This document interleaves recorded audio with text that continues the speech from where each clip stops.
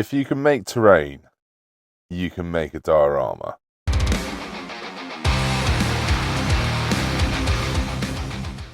What's going on, guys? Welcome back. And in today's video, I really want to go through how I make my dioramas, how it's very translatable for making terrain.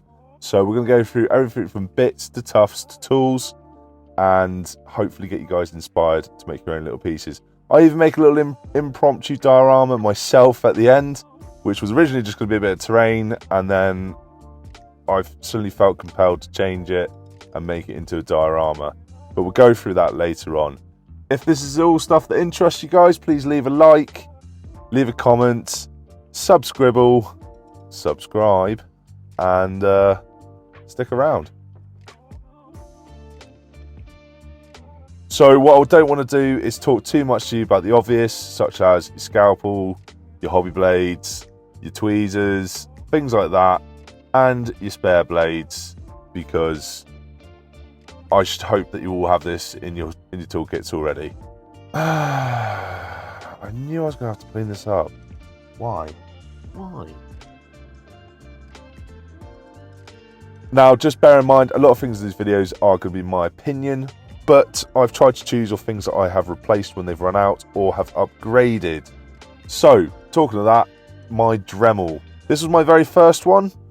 Just had a Duracell battery, was a bit rubbish, but useful. It's my second one, rechargeable battery, but you applied too much pressure and it would cut out and you'd have to turn it back on. Got rather irritating, still very useful though. So, I've upgraded to this bad boy. Look at it go, cutting through this mat. Ah, yes. So much injury, so many things accidentally set on fire through the sheer power of this Dremel. So yeah, I would 100% recommend buying one of these. They're mega versatile. You'll see me using it a lot in my videos, and they're just a great bit of kit. Bit of fun too.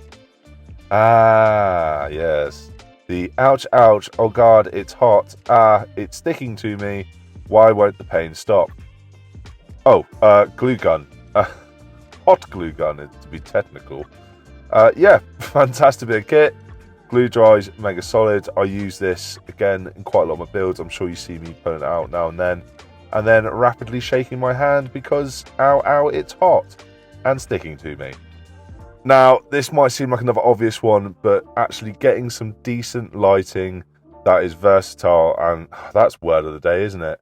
That you can change directions on, move it around to be able to get the right shadows when you're painting your models up, or to eliminate those shadows completely if you don't want them there. This one even charges my phone for me. And again, another Amazon purchase. I think this one cost me 20 quid or 15 quid even. It wasn't expensive, and it's a brilliant bit of kit. I use two of them in conjunction with each other, and yeah, that's my light setup basically.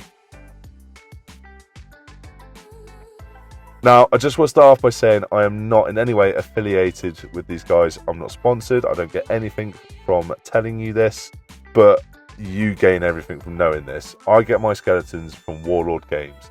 They are fantastic. They've got no clothing on them. They've got no armor on them. You can put them in Age of Sigmar, 40k, bolt action, anything that's 28mm. I don't know what scale bolt action's in. It might be 28. You never know. So yeah, anything that's 28mm scale, they fit right into. I use them in. Well, you've seen my dioramas that I've used them in. They go everywhere, and they really make it grimdark. I think I've gone for about 6 boxes of these guys because I just use them so much.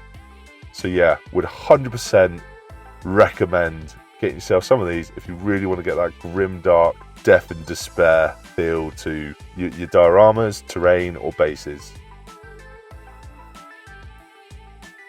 Now, these are two items that I have replaced time and time again. I go through it like there's no tomorrow, and it is fantastic. This Vallejo ground texture stuff is about 10 quid a pot, but if you compare that to the price of, say, the Citadel Technical Paints Astro Granite, it's only about 5 or 6 quid more, and look at the size difference and the amount that you get. It's spot on. does the job every time, and you can get so many different textures by layering it up. Now Mod Podge, that's, yeah, it's basically, it's PVA glue, but it I don't know why, I just feel it's better than just your standard glue. I don't know why I keep going back to it. It seals everything that I want to seal in, so if I'm painting over anything that's spongy or anything absorbent, it forms that brilliant seal and a nice barrier. And I put it underneath resin before I do resin pours to stop it from going everywhere. It's just good stuff, and I fully suggest it. Now these two, I go through these two again like it's no tomorrow. I think I bought these multiple times. It is the Vallejo Thick Mud, or European Thick Mud, and the wash is European Dust. They work really nicely together, and I use them so often for a lot of my ground textures, mud for my basing, dioramas, terrain. Again, they're a bit pricey, but it's worth the spend. Now, last two things before I put my money where my mouth is and make a little bit of terrain stroke diorama. It's my dad's air dry clay. I absolutely love this stuff. The only thing I have worked out is that if you do a large area, it will shrink and pull corners up if your board or basing isn't that thick or supported. So just do it in smaller quantities, let it dry, but you got loads of work time with that stuff. I can't sing its praises enough. And the second one is sculptor mold, which I initially didn't like, but it's grown on me. And also, if you haven't seen it, or if you're not subscribed to him, Wolf and Craft has just done a video on how to make your own metric ton of this stuff for the same price as this bag. So I'll put a pinned comment and I'll link him in the description. Go check out his latest video on how to make your own.